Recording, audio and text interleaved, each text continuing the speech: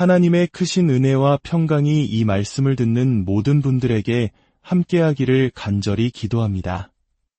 오늘 우리가 나눌 말씀은 잠깐의 위로나 기쁨을 넘어 우리 영혼의 영원한 운명을 결정짓는 가장 중요하고도 엄중한 진리에 관한 것입니다. 이 진리의 말씀이 여러분의 마음에 깊이 새겨지고 생명으로 인도하는 빛이 되기를 소망합니다. 만약 오늘 이 말씀이 여러분의 마음에 울림을 준다면 좋아요와 구독을 통해 이 생명의 메시지를 더 많은 이들에게 전하는 축복의 통로가 되어주시길 바랍니다. 여러분의 작은 손길이 누군가에게는 영혼을 바꾸는 기회가 될 수 있습니다. 주님의 이름으로 축복합니다. 오늘 우리가 함께 묵상할 말씀은 요한계시록 20장 11절부터 15절까지입니다. 성경을 펴서 함께 따라오시거나 경건한 마음으로 귀를 기울여 주십시오. 또 내가 크고 흰 보좌와 그 위에 앉으신 이를 보니 땅과 하늘이 그 앞에서 피하여 간데 없더라. 또 내가 보니 죽은 자들이 큰 자나 작은 자나 그 보좌 앞에 서 있는데 책들이 펴 있고 또 다른 책이 펴졌으니 곧 생명책이라. 죽은 자들이 자기 행위를 따라 책들에 기록된 대로 심판을 받으니 바다가 그 가운데에서 죽은 자들을 내어주고 또 사망과 음부도 그 가운데에서 죽은 자들을 내어주매 각 사람이 자기의 행위대로 심판을 받고 사망과 음부도 불못에 던져지니 이것은 둘째 사망 곧 불못이라. 누구든지 생명책에 기록되지 못한 자는 불못에 던져지더라. 함께 기도하겠습니다. 거룩하신 아버지 하나님, 이 시간 저희의 연약함을 아시는 주님 앞에 엎드립니다. 인간의 언어로는 다 표현할 수 없는 주님의 거룩한 말씀을 선포하고자 하오니 성령 하나님께서 친히 임재하여 주시옵소서. 북풍아 불어오라, 남풍아 불어오라, 동과 서에서 하나님의 생명의 바람이 불어와 이 자리에 있는 모든 영혼의 마음밭을 흔들어 주시옵소서. 이 진리의 말씀이 하나님의 백성에게는 위로와 힘이 되게 하시고 아직 주님을 알지 못하는 이들에게는 영혼을 깨우는 경종이 되게 하여 주시옵소서. 오직 주님만이 영광 받으시길 원하오며 우리를 구원하신 예수 그리스도의 이름으로 기도드립니다. 아멘. 사랑하는 여러분, 방금 우리가 읽은 이 말씀이 가진 힘은 실로 엄청납니다. 그리고 이 말씀을 온전히 전하기 위해 필요한 사랑은 제 자신이 가진 사랑만으로는 턱없이 부족합니다. 우리는 사람들이 듣기 좋은 말, 희망과 평안을 외치는 시대에 살고 있습니다. 모두가 평안하다, 평안하다 외치지만 사실 진정한 평안은 어디에도 없습니다. 때로는 하나님의 사람들은 모두가 즐기는 파티의 흥을 깨고 이렇게 소리쳐야 할 의무가 있습니다. 멈추시오. 잠시 멈춰서 당신의 인생의 마지막에 대해 당신이 어디로 가고 있는지에 대해 생각해 보시오. 우리는 어째서 이토록 육신을 기쁘게 하는 것들에만 자신을 내어주고 저 멀리서부터 분명히 다가오고 있는 거대한 기차는 보려 하지 않는 것일까요? 그 기차는 더딜지 모르지만 아주 확실하게 우리를 향해 오고 있습니다. 모든 인간이 하나님 앞에 벌거벗은 채로 서게 될 그날이 말입니다. 하나님의 사람들이 밤잠을 설치는 이유는 여러분의 자존감이 낮아서도 아니고 통장 잔고가 부족해서도 아닙니다. 하나님의 사람들이 밤잠을 설치는 이유는 바로 오늘 이 말씀, 우리 눈앞에 펼쳐진 이 지독한 현실 때문입니다. 지금 여러분이 맛보고 만지고 느끼는 그 어떤 것보다도 더 생생한 현실, 바로 하나님의 마지막 심판의 현실입니다. 사도 요한은 환상 가운데 내가 크고 흰 보좌를 보았다고 말합니다. 이 말씀은 하나님의 창조 세계를 정화하는 맥락 속에서 이해해야 합니다. 하나님께서는 새 하늘과 새 땅을 여시기 전에 먼저 이 세상을 더럽힌 원수, 곧 마귀를 영원한 불못에 던져 넣으십니다. 그리고 마귀를 심판하신 후에 하나님께서는 또 다른 원수에게로 눈을 돌리십니다. 바로 타락한 인간입니다. 거룩하고 의로운 새 창조가 시작되기 위해서는 반드시 심판이 있어야 하며 그 심판을 통해 대다수의 사람들이 영원한 지옥으로 던져지게 될 것입니다. 이는 하나님의 아들 예수 그리스도 안에서 하나님께서 계획하신 위대한 일을 위한 길을 예비하는 과정입니다. 혹시 찰스 디킨스의 소설 크리스마스 캐럴의 주인공인 에비니저 스크루지 이야기를 아십니까? 그는 유령에 이끌려 자신의 과거와 현재, 미래를 보게 됩니다. 어느 집에서는 사람들이 모여 한 남자에 대해 끔찍한 험담을 하고 있었습니다. 스크루지는 그 남자가 누군지도 모르면서 불쌍한 마음이 들 정도였습니다. 그러나 곧 자신의 이름이 불리는 것을 듣고 그 끔찍한 이야기의 주인공이 바로 자기 자신이었음을 깨닫게 됩니다. 이제 잠시 저와 함께 하나님의 보좌 앞으로 가봅시다. 새 하늘과 새 땅을 시작하기 전에 우리는 이 창조 세계를 오염시킨 저 비열하고 가증스러운 존재를 반드시 제거해야 한다고 말씀하시는 하나님의 음성이 들립니다. 그 음성에 온몸이 떨리고 있는데 바로 그때 당신의 이름이 불리는 것을 듣게 됩니다. 그렇습니다. 하나님께서는 당신에 대해 말씀하고 계십니다. 만약 당신의 이름이 예수 그리스도의 공로 안에 발견되지 않는다면 새 창조가 임하기 전에 제거되어야 할 오염원으로 당신의 이름이 불리는 것입니다. 이것이 바로 오늘 말씀이 증언하는 끔찍한 진실입니다.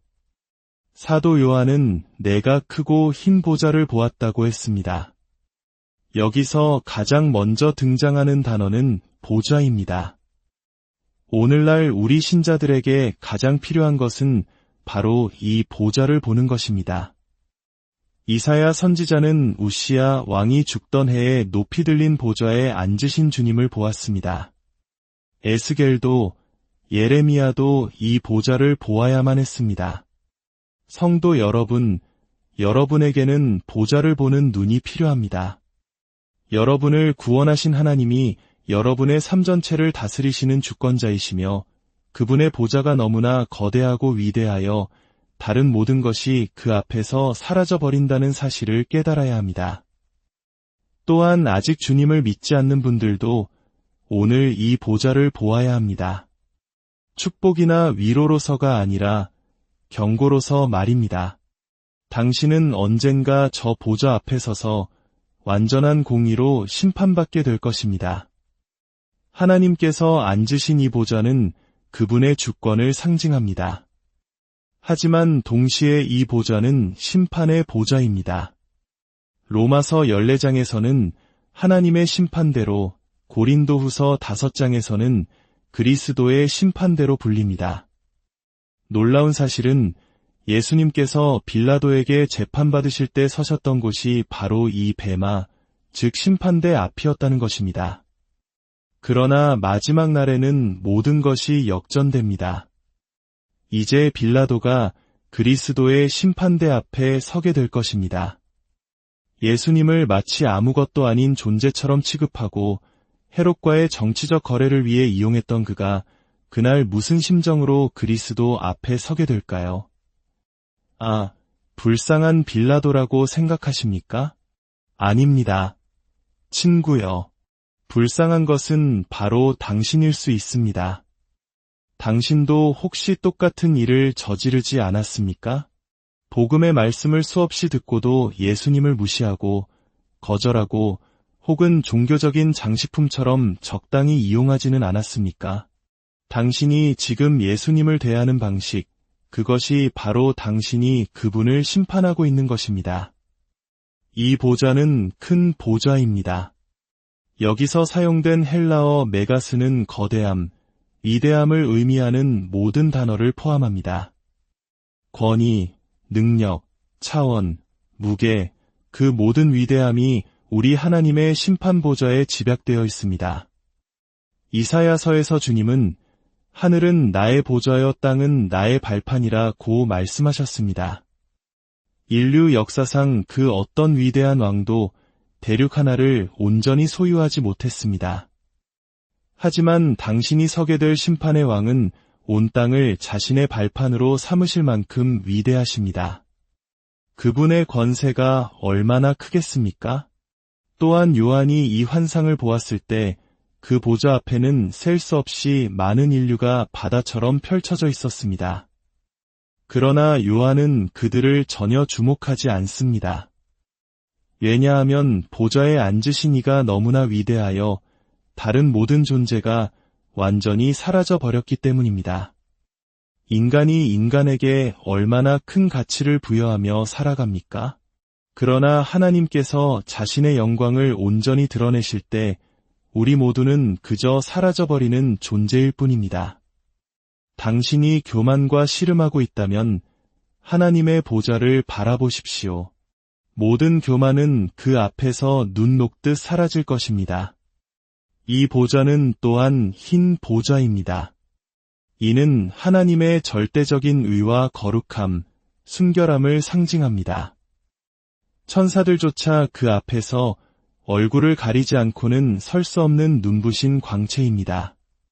당신을 심판할 그 보좌는 한 점의 얼룩도 흠도 없습니다. 그 어떤 타협이나 거래도 없을 것입니다. 당신은 불타오르는 하나님의 거룩한 성품 앞에서 심판받게 될 것입니다. 요한계시록 4장에 나오는 은혜의 보좌와 20장의 심판의 보좌는 극명한 대조를 이룹니다.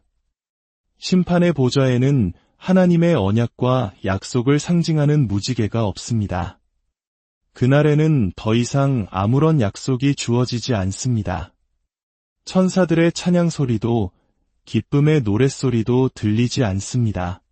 시내산에서 울려 퍼지던 경고의 천둥과 번개도 그쳤습니다. 경고가 더 이상 필요 없기 때문입니다.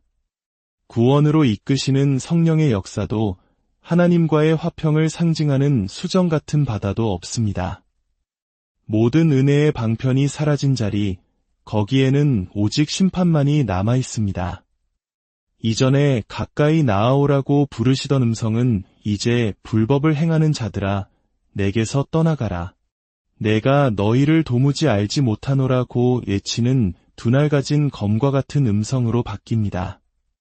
당신이 짓밟았던 아들의 피, 언약의 피를 부정하고 성령의 은혜를 모욕한 죄에 대해 하나님께서 친히 심판하실 것입니다.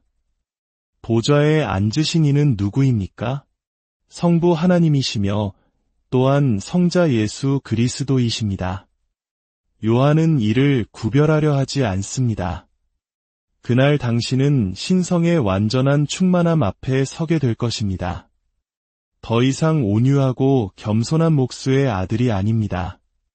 모든 신성의 영광으로 당신의 눈을 멀게 할 심판의 왕이십니다. 그분은 보좌에 앉아 계십니다. 이는 조금의 불안이나 염려도 없는 완전하고 확고한 주권을 상징합니다. 이 모든 것은 하나님의 영원한 계획 안에 있었습니다. 그분의 임재 앞에서 땅과 하늘조차 급히 도망쳤다고 성경은 기록합니다. 문자 그대로 살아남기 위해 필사적으로 달아나는 모습입니다. 창조 세계마저 견딜 수 없는 그 거룩한 임재 앞에 먼지처럼 미미한 당신이 홀로 서야 한다고 상상해 보십시오. 당신이 그토록 자랑스러워했던 이 세상의 모든 업적, 소유, 명예가 당신을 스쳐 지나 반대 방향으로 멸망을 향해 달려가는 것을 보게 될 것입니다. 요한일서 2장 17절은 말합니다. 이 세상도 그 정욕도 지나가되 오직 하나님의 뜻을 행하는 자는 영원히 거하느니라. 그리고 요한은 말합니다. 내가 보니 죽은 자들이 큰 자나 작은 자나 그 보좌 앞에 서 있는데 그는 그 거대한 인류의 군중을 단 하나의 이름, 죽은 자들이라고 불렀습니다. 히틀러나 스탈린 같은 거대한 죄인들뿐만 아니라 작은 죄인들도 그곳에 있었습니다.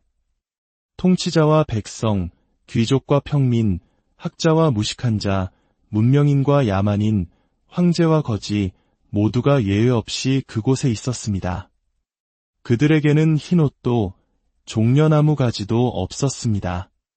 오직 영원한 심판을 기다리는 벌거벗은 죄인들만이 있을 뿐이었습니다. 이사야 선지자는 하나님의 영광의 일부만을 보았음에도 화로다 나여 망하게 되었도다. 나는 입술이 부정한 사람이여 라고 외쳤습니다. 그는 구원받은 성도였고 가려진 하나님의 영광을 보았음에도 그러했습니다. 하물며 당신은 어떻겠습니까? 아무런 보호막도 없이 신성의 완전한 영광 앞에 당신이 평생 행한 모든 더럽고 추악한 일들이 낱낱이 드러난 채 벌거벗고 서 있게 될 것입니다. 여기서 가장 충격적인 사실이 무엇인지 아십니까? 요한이 내가 죽은 자들을 보았다고 말했을 때 그는 바로 당신을 본 것입니다. 만약 당신이 그리스도 안에 있지 않다면 성경에 당신의 이름이 기록된 유일한 부분이 바로 이곳입니다. 요한은 당신의 얼굴을 보았습니다. 그 심판의 자리에 서 있는 당신을 똑똑히 본 것입니다. 하나님 앞에서 인간의 위대함이란 무엇입니까? 성경은 인간을 잠깐 보이다가 없어지는 안개여 저울에 달면 입김보다 가벼운 존재라고 말합니다. 당신은 스스로를 다른 악한 사람들과 비교하며 나는 저 정도는 아니야라고 이안할지 모릅니다. 하지만 심판의 날의 기준은 이 땅에서 가장 악한 사람이 아니라 가장 위로우셨던 단 한 분, 바로 예수 그리스도이십니다. 당신은 누구와 자신을 비교하시겠습니까? 그날 당신은 보좌 앞에 서 있게 될 것입니다. 지금처럼 편안히 기대앉거나 딴청을 피우거나 농담을 할 수 없습니다. 당신의 뺨 근육이 미세하게 떨리는 것만으로도 당신은 발각되었다는 공포에 사로잡힐 것입니다. 하지만 기억하십시오. 당신은 이미 발각되었습니다. 그리고 책들이 펼쳐집니다. 복수로 쓰인 이 단어는 그 기록의 방대함을 암시합니다. 당신이 행한 모든 일, 모든 생각, 모든 말이 그곳에 기록되어 있습니다. 하나님은 모든 것을 아시는 분입니다. 그분의 지식은 완전하며 그분의 지혜는 무한합니다. 그분은 사람의 마음과 생각을 감찰하십니다. 만약 제가 당신의 모든 비밀을 알고 있고 이 자리에서 모든 것을 폭로하겠다고 선언한다면 당신은 저를 막기 위해 무슨 짓이든 할 것입니다. 우리 모두가 똑같은 죄인임에도 불구하고 말입니다. 하물며 그 모든 비밀이 거룩하신 하나님 앞에서 드러난다면 어떻겠습니까? 그리고 또 다른 책, 생명책이 펼쳐집니다. 아, 나는 그 책에 기록되어 있으니 괜찮아 라고 생각하십니까? 친구여, 당신은 어떻게 그것을 확신하십니까? 수많은 사람들이 한 번 기도했다는 사실 하나에 영혼을 걸고 있습니다.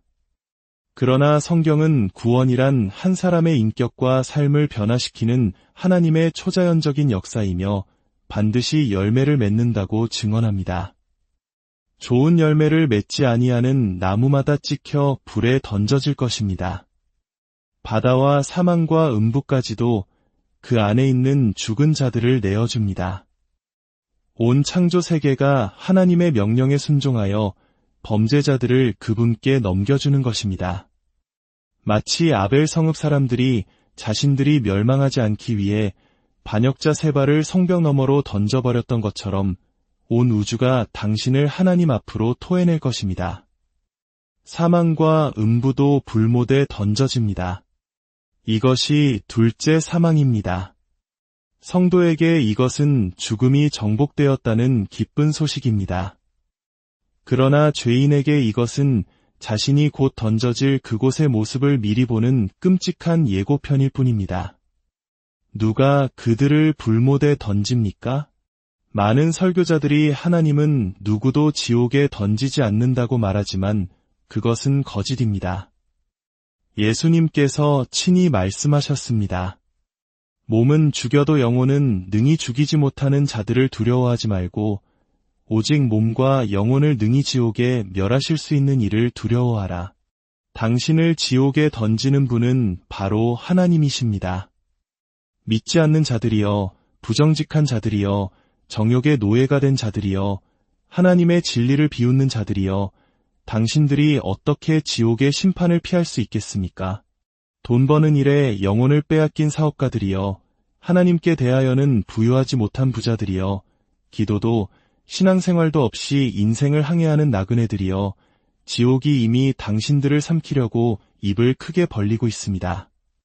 거의 그리스도인이 될 뻔했던 자들이여, 수년 동안 하나님 나라의 문턱에서 서성이며 안을 들여다보기만 할 뿐 들어오기를 주저하는 자들이여, 어떻게 이 큰 구원을 등한히 여기고서 심판을 피할 수 있겠습니까? 그리스도인이라 불리면서도 언약을 잊어버린 자들이여, 당신들은 롯의 아내와 같습니다. 죄악의 도시에서 빠져나왔지만 뒤를 돌아보며 머뭇거리고 있습니다. 당신의 심판이 지체되지 않으며 당신의 멸망이 잠자고 있지 않음을 어찌 알지 못하십니까? 오늘 이 엄중한 진리 앞에서 무관심하거나 잠들어 있는 영혼이 있습니까? 잠자는 자여, 무엇을 하느냐? 일어나 내 하나님께 부르짖으라. 누구든지 생명책에 기록되지 못한 자는 불못에 던져지리라. 이것은 시가 아닙니다. 이것은 현실입니다. 당신이 살고 죽는 모든 것은 오직 예수 그리스도께 달려 있습니다. 오늘 당신이 섬길 자를 택하십시오. 자비의 팔은 여전히 넓게 열려 있습니다. 그에게 나아오는 자는 결코 내쫓지 않으실 것입니다. 그리스도의 십자가에는 온 세상을 구원하고도 남을 은혜가 있습니다. 오늘 예수님께로 나아오십시오. 진리의 길을 찾도록 우리가 성경 말씀으로 당신을 도울 것입니다. 기도합시다. 아버지 하나님, 제발 이 영혼들을 도와주시옵소서. 주님, 이들을 구원하여 주시옵소서. 이들에게 복을 내려주시옵소서. 우리 주 예수 그리스도의 은혜와 아버지 하나님의 무한하신 사랑과 성령의 감동 감화하심이 이 말씀을 듣고 주님께로 돌이키기를 소망하는 모든 심령 위에 지금부터 영원까지 함께 하시기를 간절히 축원하옵나이다.